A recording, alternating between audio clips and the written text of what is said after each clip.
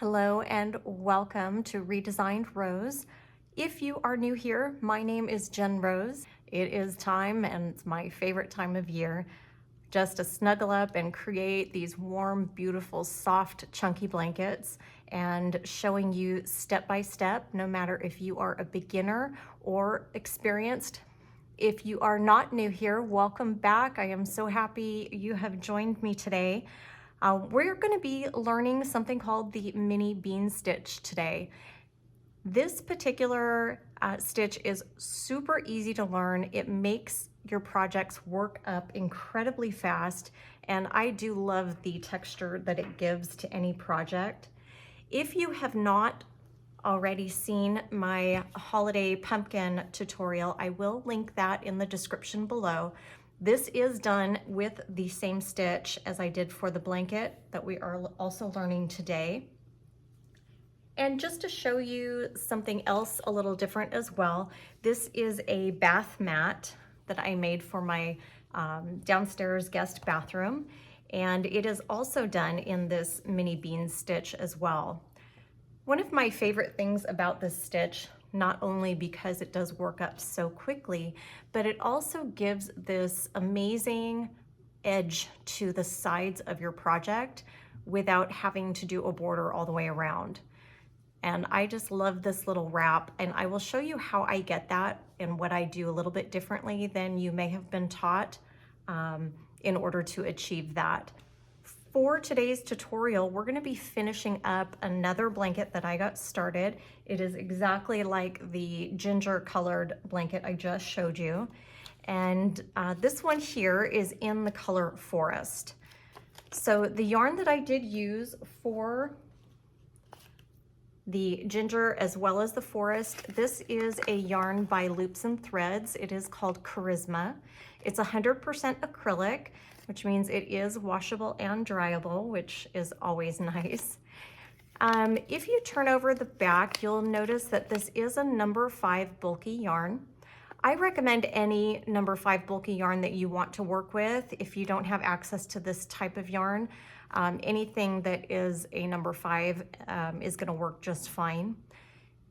This does call for an 8mm crochet hook. However, because of the bulkiness of the stitch and because I wanted my blankets to have a lot of drape, I did go up to a 12mm crochet hook. I will also link in the description below a tutorial on how to make these really cute chunky tassels, which add a lot of character, of course, as well. But I am going to go ahead and just start with a small swatch just to teach you the stitch. And then again, in the description below, I will have the number of chains, the number of rows, all of that good stuff, dimensions on the full-size blanket that I showed you. Okay, for those of you who are new to crochet, the first thing we do is start with a slip knot. And I promise this is not hard once you learn how to do it. For those of you who already know how to do it, go ahead, create your slip knot and fast forward. For my beginners out there, I like to just take my 2 fingers if I'm dealing with just one strand of yarn, and I'm gonna wrap that away from me, okay? And then I will take that same strand and I'm gonna wrap it over one more time until there's a crisscross. And if you can see in the back here, it's crossed on the side, back here. Then I'm gonna take my crochet hook and I'm gonna go under the first loop, and I'm gonna take my hook and pull that back yarn just up enough. And if you just kind of turn your hand like this, slide your fingers out, and then you'll see this tail and the rest of your yarn. Grab both of those, okay, at the same time, and just pull that tight. And what that does is creates this slip knot, which is super fun because you can adjust the size, bigger or smaller. Okay, so what you'll end up doing is inserting your hook and then just adjust your yarn to fit nice around your hook, leaving just a little bit of space. You don't want it to be too tight. And then for the swatch, we're gonna do a chain of 14 stitches. This pattern is worked in multiples of 2 plus 1. This is for my more advanced folks out there. However, I'm adding one more because the first row that we're going to do after the foundation chain, we're going to go ahead and do a row of single crochets starting in the second chain from the hook. So I had to allow for one more there. For the rest of you, stay with me. I promise we'll walk through each and every step. All right, so to create the chain, you're just going to wrap this yarn around your hook and pull it through your loop. Same thing, wrap it around and pull through. I've now done 2 chains. 3, 4, 5. And don't worry about speed if you're a beginner. Speed will come, I promise. All right, so we have created our chain. Now what we're gonna do is we always are going to work from, if you're right-handed, we're gonna work from right to left. And this first row, as I mentioned, I'm gonna do a row of single crochets. And the reason why I do that is because this is such a heavy stitch that, and I've gone to a larger hook, I don't want my chain to pull away like this as the weight of the blanket starts to increase. So this row of single crochets is just going to give this chain a little bit more strength to hold that weight. And we'll start in the second chain from our hook. So this would be the first one. So here's our hook, first chain, second chain. We're just going to do single crochets. And the way we do that is just insert your hook, take the end here and pull your yarn up. So you end up having 2 loops on your hook, yarn towards you. And it's always better for me if I turn my hook down when I slide through and pull through both of those. And the next chain, so we've just gone into this one. We're now going to go into this next one right next to it. And this next one all the way down. Repeating exactly what we just did. Insert your hook, pull up a loop, yarn over, pull through both. And I like to pull mine down tight just so that it doesn't get too loose. Insert your hook, pull up a loop, yarn over, pull through both. These are your single crochets. I do have a video on my channel where I did an entire chunky blanket of nothing but these single crochets. The only difference is I used 3 strands of bulky yarn, and it just made the most beautiful, heavy, chunky blanket with probably the easiest stitch out there. It was very, very nice. So feel free to check that out if you want. So I'm just going to keep moving all the way down my chain here. All right, I'm at the last 2. Finish this one. And you just want to make sure you do go into this very last chain that has the slip knot attached to it. That does count. You want to make sure you don't miss that. So what you should end up with is 13 single crochets. Now for this next row only, this is the only time we are going to chain 2 and then turn our work. And the reason why we're going to chain 2 is this mini bean stitch, we always start in the 3rd chain from the hook. So I am going to count. Here's my first, let me get this out of the way. Here is my first chain from the hook, the second, and here is the 3rd, which is the beginning of my blanket right here. Okay, that's where I want to put my first stitch so that I do have that nice straight edge. All right, so here is how we do that stitch. It is very similar to the single crochet in the sense that you're going to insert your hook right into that first space or that first single crochet, pull up a loop, yarn over, but instead of pulling through, we're going to go back into the space same one, and we're actually going to pull up another loop. Then we will yarn over and we're going to pull through all 4 of those loops. And then yarn over and chain 1. We'll then skip the next space and we're going to go into the next stitch. Insert your hook, pull up a loop, yarn over, go into the same space, pull up a loop, yarn over, and pull through all of those. And as you can see, I'm pulling this down tight. That is just one of the things that I do, and it does help add to some of the texture of my bean stitches here. All right, so we'll skip the next single crochet. We're going to go into the next one.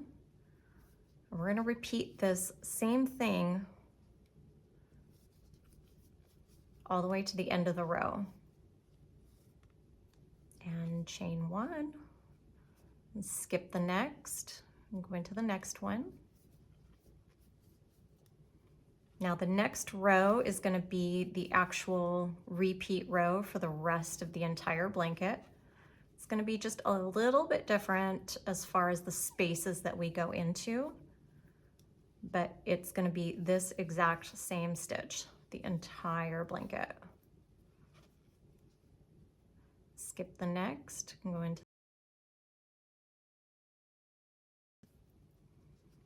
And you will know that you have the right amount of stitches when you get to the end of your row and you have 2 left. You always want to make sure you have 2 left because you want your final bean stitch to go into that final space, that final stitch at the end. And that's what's going to keep your edges nice and straight and your stitch count. Now I'm having to pull this apart a little bit just to be able to get my hook in there. You won't have to do that on all of them. It's just because it is that end space. Okay, so we have just gotten to the end of our second row. We have our chain, we have our row of single crochets, and our first row of the mini beans. When you get to the end of each row now, from now on, you're just going to chain 1 and turn your work. And this is what is going to help give that cute border that I was pointing out earlier. It allows this piece of that bean to be more pronounced and give that little ridge edge. All right, so again, we're going to do the same stitch. The only difference you need to know now and for the rest of the blanket is where to put your hook for each stitch. So what you want to do is, if you grab each bean itself, the puff, just to the left of it, right in here, you're going to see this little triangular space, if you will. That's what you want to go into. It's always going to be to the left of your bean. So if your bean here, to the left. Next bean here, to the left. Okay? Each and every one. So I'm going to go in here and do that same stitch. Go in again. I'm going to pull that down tight and chain 1. Here's the next puff, and there's that space right next to it.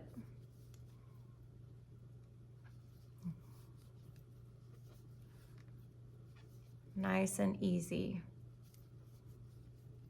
And do that on each and every one of these. And then I'll show you what that's creating. Right, I'm at the end here, and so what you want to do, again, just make sure you're at that last bean stitch here. And this was our turning chain. So you want to make sure you go into the left of that. Create that bean stitch, chain 1, and turn. And you can see what that's doing here is this entire row, it's creating this angle on the most pronounced part of that puff or bean stitch. And then the next row is alternating the other way. So when we work down this way, we're gonna have more stitches going this way, and then we work the next one and the stitches will go this way. So it gives that alternating design that I just think is so beautiful. And then again, you're gonna get that little loop around the edge of your border by just doing the chain one. All right, so I'll do another row here just to give you a little bit more time to see this stitch, and then I'm going to pick up the blanket there and we can work on finishing that together. So once again, now I'm at my bean, I'm gonna go to the left. And you can see just how quickly or how bulky these stitches are. I mean, we're doing our third row of those and we're already, you know, a little over 2 inches here on a blanket. So you can imagine just how fast that's gonna work up. You could probably do a scarf in an hour, maybe even less if you get faster at it. If you did this particular pattern, this would be even a good width right here.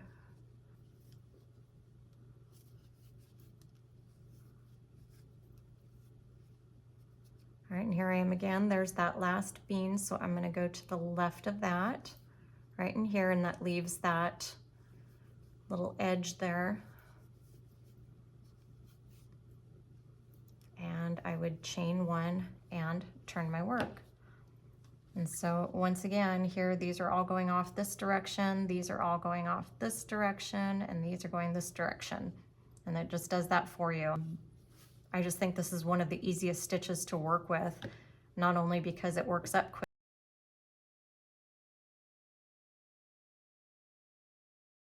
versus some of them that are a little harder to identify.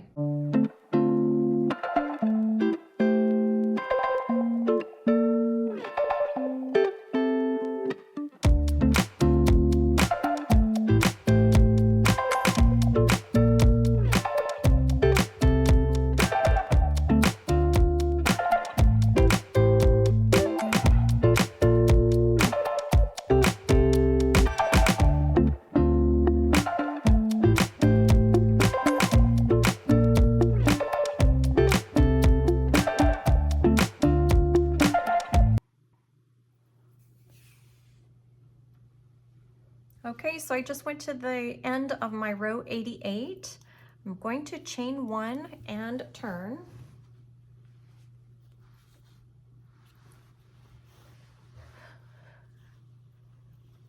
And now I'm going to work a single crochet, and it will be a little more challenging because I'm not going to go to the left of the bean stitches. What I need to do is go to the top and look for these V stitches.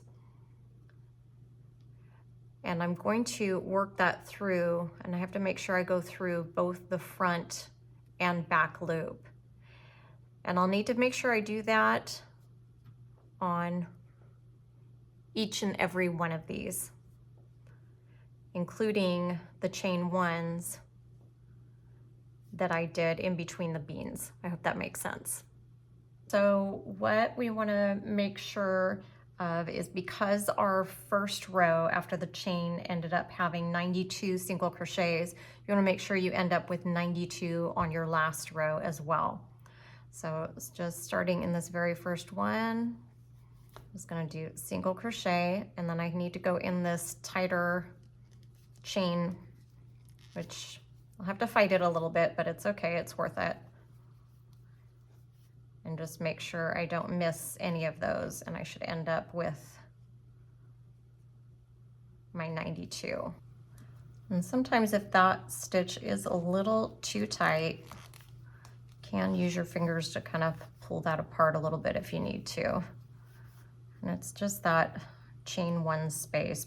I guess you could go underneath it if needed, but I just think it looks cleaner to actually go into that chain one space.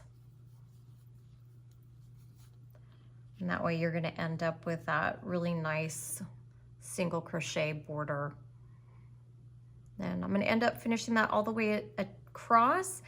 And then I will attach all of my chunky tassels and call another project done and ready to snuggle up with, or even just lay out as some beautiful home decor.